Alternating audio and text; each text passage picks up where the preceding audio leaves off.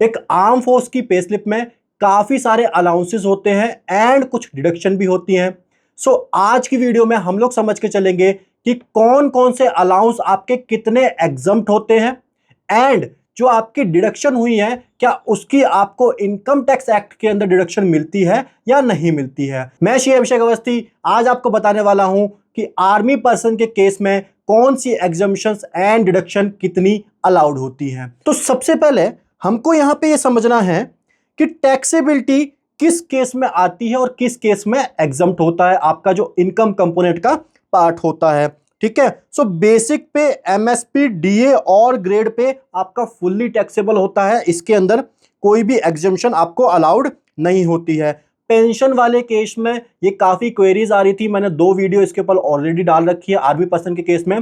सो pension वाले arm force भी आ रहे थे, देन उस केस में भी मैं बता दूं कि पेंशन की इनकम भी आपकी टैक्सेबल होती है। ठीक है, डिसेबिलिटी एक पेंशन मिलती है, उस केस में ये फुल्ली एग्जम्प्ट होता है as per CBDT circular and judicial pronouncements के बेसिस पे। ठीक है, कम्यूटेड पेंशन आपका गवर्नमेंट एम्प्लॉय हो दैट्स वाई एग्जम्प्ट होती है। ग्रेचुटी आपकी सेक्शन नंबर 10(10)D के अंदर गवर्नमेंट एम्प्लॉय के लिए एग्जम्प्ट होती है। लीव इनकैशमेंट आपकी एग्जम्प्ट होती है under section 10 sub section 10(AA) के अंदर। एंड सबसे कंट्रोवर्शियल मुद्दा आपका राशन मनी अलाउंस, ये आपका एग्जम्प्ट होता है आर्मी पर्सन के लिए। ये इन लिeu ऑफ राशन दिया जाना स्टार्ट किया था, पहले राशन मिलता था देन राशन मनी अलाउड किया गया। सो यहां पर जो आर्मी पर्सन है वो क्लेम कर सकते हैं आपका राशन मनी अलाउंस। कोई भी किट अलाउंस है, विंटर यूनिफॉर्म अलाउंस है, ये फुल्ली एग्जम्प्ट होता है 10(14)(1) के अंदर। इसके अंदर आपको कोई भी दिक्कत नहीं आनी चाहिए। एएफपीपी सर ये तो हमारी सैलरी स्लिप में दिखता ही है, मैं आपको बता रहा हूं ना कि जितनी भी बातें हैं सारी इस शीट के अंदर इंक्लूड करी गई हैं। वीडियो को आखिरी तक देखिए एंड सारे एग्जम्पशन एंड डिडक्शन समझ जाइए। ठीक है, ये आपका डिडक्शन मिलती है 80C के अंदर, ये आपका पीपीएफ होता है। एजीआईएफ प्रीमियम आपका कटता है, इसकी भी आपको 80C के अंदर डिडक्शन मिलती है। एंड पीएलआई आपका पोस्टल लाइफ इंश्योरेंस, इसकी भी आपको 80C के अंदर डिडक्शन मिलती है। अब हम लोग चलते हैं आगे और एक सेक्शन होता है 10(14)(1), इसके अंदर आपको मिलती है कुछ एग्जम्पशन। सर वो एग्जम्पशन कौन कौन सी हैं? तो जितने भी ट्रैवल ऑन टूर और ट्रांसफर अलाउंस होते हैं वो आपके यहाँ पे एक्चुअल कॉस्ट जो लगी है वो उतना आपका एग्जम्प्ट होता है। यहां पे एक पॉइंट आता है कि सर हमारे केस में पे स्लिप में टीपीटी दिखता है, तो टीपीटी के लिए ही मैंने अलग पॉइंट बनाया है, पूरा समझ के चलते हैं। टीपीटी होता है आपका for daily commute from home to office. ठीक है, ये खाली आपका रूल 2BB के हिसाब से ये 3200 पर मंथ अलाउड होता है, but only for disabled employee. ये नॉर्मल एम्प्लॉय को जितना भी टीपीटी मिलता है ये आपका फुल्ली टैक्सेबल होता है। ये ट्रैवल अलाउंस जो है ये अलग केस है सर, ये आपका ऑफिशियल ट्रैवल टूर और ट्रांसफर जो अलाउंस मिलता है वो आपका 10(14)(1) के अंदर यहाँ पे एक्चुअल कॉस्ट जो भी होती है उतने की आपको एग्जम्पशन मिलती है। Daily charges for official travel days, ये आपको एक्चुअल कॉस्ट जो भी होती है उतना एग्जम्प्ट होता है। Convenience allowance, travel for official duty, ये जितना भी आपका एक्चुअल होता है उतना आपको अलाउड होता है। Helper allowance, engage for duty, इसका पर्पस होता है एग्जम्पशन कितनी मिलती है, जितना एक्चुअल होता है ये पूरा एग्जम्प्ट होता है। यूनिफॉर्म अलाउंस, आप लोग मार्च मंथ की पे स्लिप में बोलते हो सर यूनिफॉर्म अलाउंस तो है ही नहीं, वहां एलआरए पीएमएचए ही दिखता है, तो सर यूनिफॉर्म अलाउंस किसी और मंथ में भी मिल सकता है। वो अप्रोक्सीमेटली आपका 10 to 12,000 होता है, सो वो आपका अलाउड होता है, फुल्ली एग्जम्प्ट होता है जो भी आप एक्चुअल एक्सपेंडिचर करते हो। राशन मनी अलाउंस हम लोगों ने समझ लिया, prescribed for army officer, fully exempt. LRA PMHA, personal maintenance hygiene allowance and lower rate ration allowance, ये आपका फुल्ली एग्जम्प्ट होता है। अब हम लोग चलते हैं अपने अगले सेक्शन की तरफ, सेक्शन नंबर 10(14)(2), ये आपका स्पेशल अलाउंसेज होता है, स्पेशल एरियाज एंड कंडीशंस होती हैं। इसके अंदर एक लिमिट है, प्रिस्क्राइब लिमिट है, उसके हिसाब से आपको एग्जम्पशन मिलती है। हम लोग सबसे पहले बात करें हाई एल्टीट्यूड अलाउंस, ये आपको कहाँ मिलता है? ले, तवांग, लाहौल एंड जितने भी आपके हिमाचल प्रदेश है या फिर जम्मू कश्मीर वाले एरियाज हैं वहाँ पे आपका लिमिट है, आपको मंथली 1060 जो आपका रिस्क एंड हार्डशिप अलाउंस होता है, अगर वो इन एरिया से रिलेटेड मिला है तभी आपका एग्जम्प्ट होगा। मंथली कितना?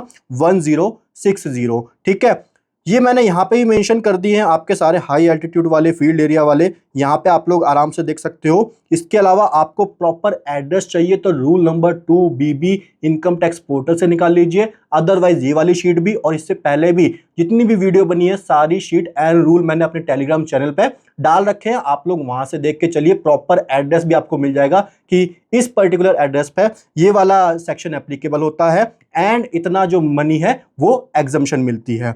हाई एल्टीट्यूड अबव 15,000 फीट वाले जो एरियाज हैं, ग्लेशियर पोस्ट है, हाई हिमालयन जो जोन है, वहां पे आपको 1600 रुपीज की एग्जम्पशन मिलती है। सियाचिन अलाउंस होता है, ये पर्टिकुलर सियाचिन एरियाज के लिए होता है, यहाँ पे आपको 7,000 की पर मंथ की एग्जम्पशन मिलती है। इनटू 12 करके आपको टोटल एग्जम्पशन लेनी है 10, 14, 2 के अंदर। ठीक है sir. Highly active field areas होते हैं, LOC line of control and forward high risk areas, यहाँ पे आपको 4200 का मिलता है per month. Field area allowance आपके 2600 आपको मिलता है यहाँ पे exemption. Specified defence field zone होते हैं, ये नॉर्थ ईस्ट हो गया and Jammu Kashmir and HP आपका। एंड मॉडिफाइड फील्ड एरिया आपको 1000 मिलता है, राजस्थान, पंजाब एंड अरुणाचल प्रदेश की फ्रिंज जोन वाली लोकेशन पे मिलता है। काउंटर इंसर्जेंसी अलाउंस यहाँ पे आपको मिलता है 3900 का। Any counter insurgency and anti terrorism operation areas जो होते हैं उस केस में ये अलाउंस मिलता है एंड एग्जम्पशन आपको मिलती है 3900 की। आइसलैंड ड्यूटी अलाउंस सर किनको मिलता है? ये अधिकतर केस में मैंने जितना एनालिसिस किया है ITR भरते टाइम ये आपके नेवी वाले जो पर्सन होते हैं उनको मिलता है। यहाँ पे एग्जम्पशन मिलती है 3250 की। अंडरग्राउंड अलाउंस कितना अलाउड होता है? सो ये आपका 800 अलाउड होता है। एंड चिल्ड्रन एजुकेशन अलाउंस अगर मिलता है तो एग्जम्प्ट कितना होता है? Up to 2 kids. अगर आपके 2 बच्चे हैं देन 100 पर चाइल्ड आपको मिलता है। इंटू 12 कर लीजिए, 2 चाइल्ड है तो एक चाइल्ड का 100 है, टोटल आपका 2400 यहाँ पे आपको मिल जाएगा। कोई हॉस्टल एक्सपेंडिचर अलाउंस आपको मिला है तो अप टू 2 किड्स का यहाँ पे 300 पर चाइल्ड आपका एग्जम्प्ट होता है। Tribunal and remote area allowance आपका 200 से लेकर 1300 तक डिफर करता है एरिया वाइज, तो ये आपका इतना एग्जम्प्ट होता है। मैं आपको बता दूं, आपको रिस्क एंड हार्डशिप अलाउंस अगर मिला है तो जरूरी नहीं है कि वो एग्जम्प्ट ही हो, बट कई लोग तो ये भी कर रहे हैं कि पूरा ही एग्जम्पशन में दिखा दे रहे हैं बिना लोकेशन का एनालिसिस किए बगैर। देखो सर, दिखाने को तो कुछ भी दिखा दो, बट एज पर जो प्रोविजन है मैं वो बात आपको समझाने जा रहा हूं, और वो केवल इतनी सी बातें हैं कि इन केस में इतनी पर्टिकुलर एग्जम्पशन आप लोग क्लेम कर सकते हो। Notified area under rule 2BB, ये मैंने सारे यहाँ पे लोकेशंस जो हैं, यहाँ पे आइसलैंड ड्यूटी अलाउंस मिलता है अंडमान निकोबार लक्षद्वीप जैसे आइसलैंड्स पे। एंड अब हम लोग बात करते हैं डिडक्शन की। ये भी आपकी जो पे स्लिप होती है उसके अंदर शो करती है। सर पर्टिकुलरली आपका आर्मी पर्सन के केस में AFPP, AGIF, PLI यहाँ पे शो करता है। कई केसेस में यहाँ पे डॉक्यूमेंट आइडेंटिफिकेशन नंबर अवेलेबल नहीं होता है तो आप एज पर पे स्लिप करके उसको दिखा सकते हो, कोई इशू नहीं है। इसकी आपको 80C के अंदर अप टू 1.5 लाख तक टोटल जो है वो आपको यहाँ पे डिडक्शन आप लोग क्लेम कर सकते हो। कई CRPF पर्सन के केस में यहाँ पे एडिशनल NPS कंट्रीब्यूशन होता है। ये किसका कंट्रीब्यूशन होता है? 80 CCD 1B के अंदर ये एम्प्लॉय का जो कंट्रीब्यूशन होता है उसकी डिडक्शन इसके अंदर एडिशनली 50,000 मिलती है। एम्प्लॉयर का किस में जाता है? 80 CCD 2। एम्प्लॉयर वाला जो NPS के अंदर कंट्रीब्यूशन होता है वो आपका केवल न्यू स्कीम में अलाउड है as a deduction chapter 6A के अंदर, अदरवाइज उसके अलावा कोई भी डिडक्शन अलाउड नहीं है। हम लोग बात करें 80D के अंदर मेडिक्लेम का जो है डिडक्शन मिलती है 25,000 की सेल्फ की एंड पेरेंट्स के साथ 50,000 की, बट जनरली आर्मी पर्सन के केस में उनके बेस हॉस्पिटल्स वगैरह अवेलेबल होते हैं, सो यहाँ पे 80D की जो डिडक्शन है वो क्लेम नहीं होती है। एक और सेक्शन नंबर 24B, यहाँ पे आप हाउसिंग लोन का जो इंटरेस्ट होता है उसको क्लेम कर सकते हो एंड जो इसका प्रिंसिपल अमाउंट होता है उसकी डिडक्शन आपको 80C के अंदर मिल जाती है। 2 लाख तक का आप यहाँ पे क्लेम इसको कर सकते हो। आर्मी फंड ये मैंने यहाँ पे जो ऊपर बताए थे ये यहाँ पे डिस्क्लोज कर दिए हैं। AFPP आपका आर्म फोर्स प्रोविडेंट फंड होता है, 80C में मिलती है इसकी। AGIF आपका आर्म ग्रुप इंश्योरेंस फंड होता है, 80C के अंदर ही इसकी मिलती है। एंड PLI आपका पोस्टल लाइफ इंश्योरेंस होता है, insurance for defence staff, and यहाँ पे 80C में आप लोग क्लेम कर सकते हो क्या? डिडक्शन। ठीक है, अब हम लोग बात करते हैं अपने आखिरी पॉइंट की, that is HRA exemption. HRA allowance मिलता है तो इसका मतलब ये नहीं है कि ये आपका टैक्सेबल नहीं है, सारा एग्जम्प्ट है। मैं आपको बता देता हूं, जितने भी आपको अलाउंस मिलते हैं सारे टैक्सेबल हैं। जो लिमिट है, प्रिस्क्राइब्ड है, उतनी आप लोग एग्जम्पशन क्लेम कीजिए, बाकी के ऊपर आपको टैक्स पे करना पड़ता है एज पर प्रोविजन।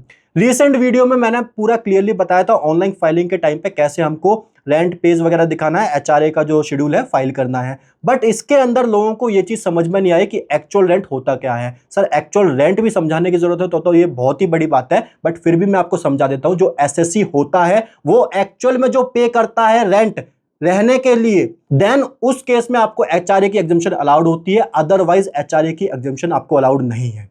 ठीक है सर, आप लोग फॉर्मूला समझिए। HRA is exempt under section 10(13)A calculated as the least मतलब इन 3 कंडीशन में से विच एवर इज लोअर, जो अमाउंट आएगा उतने की एग्जम्पशन आपको अलाउड होगी। ठीक है सर, हम लोग बात करें तो एक्चुअल एचआरए रिसीव्ड, ये आपका सैलरी स्लिप से आ जाएगा। सैलरी स्लिप में शो होता है, इंटू 12 कर दीजिए, टोटल आपका एनुअली आ जाएगा। रेंट पेड, जो भी एक्चुअल रेंट पे किया है, माइनस में 10% ऑफ द सैलरी। सैलरी क्या होती है, तो सैलरी यहां पे आपकी बेसिक प्लस में डीए होती है। ठीक है, एंड लास्ट कंडीशन है 50% ऑफ द सैलरी, ये मेट्रो सिटीज के केस में, otherwise 40% for non metro. In 3 point में से, 3 कंडीशन में से विच एवर इज लोअर जो अमाउंट होता है उतने की आप लोग एचआरए एग्जम्पशन क्लेम कर सकते हो। आशा करता हूं आप लोगों को सारे एग्जम्पशन एंड डिडक्शन के प्रोविजन अच्छे से समझ में आए होंगे। अगर आपको ये वीडियो पसंद आई तो वीडियो को लाइक करें, कमेंट करें एंड चैनल को सब्सक्राइब करना बिल्कुल भी ना भूलें। Thank you.